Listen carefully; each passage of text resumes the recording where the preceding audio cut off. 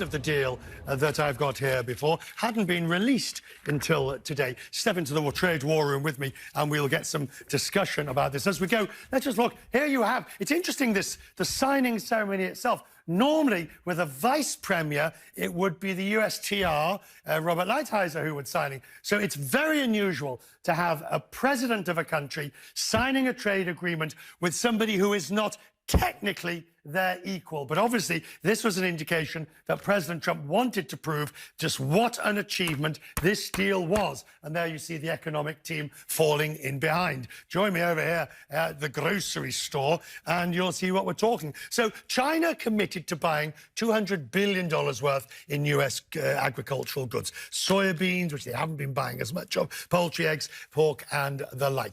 There's also manufactured goods, energies, and crucially, services. Services about agreements on intellectual property and the forced technology transfers. So you've got all this service sector, which in many ways was the difficult part that they really wanted to get to.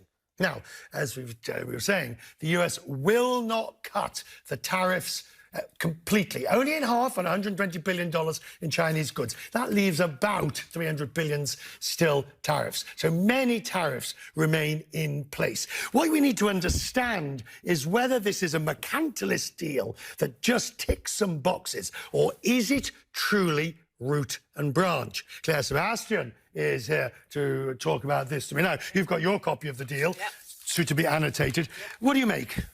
Well, look, there's a lot of concrete steps in there from China, I think more than perhaps some had anticipated, although it's similar to what we've heard from China in the past. There's agreements to step up intellectual property enforcement. They're essentially saying they're going to stop forced technology.